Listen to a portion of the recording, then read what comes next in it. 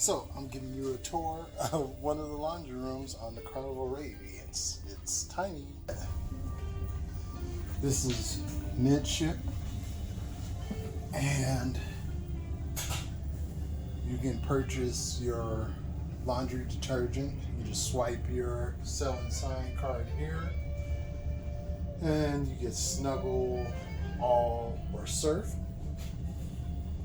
I still suggest that you bring Tide Pods from home. And here you have 2 dryers stacked, and each dryer is going to cost you per cycle $3.50. Dryer is a good size, very large. And the washer is decent size, and you have, your hot, warm, cold settings, normal, delicate settings for fabric.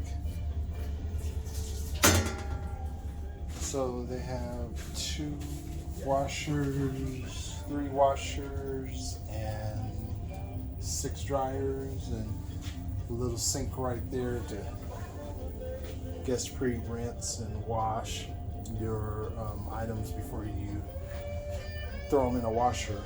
But as you can see, also that is $3.50 again for the washer, and $3.50 for the dryer. And once again, you take your sell and sign card and swipe, and then they'll charge it to your room.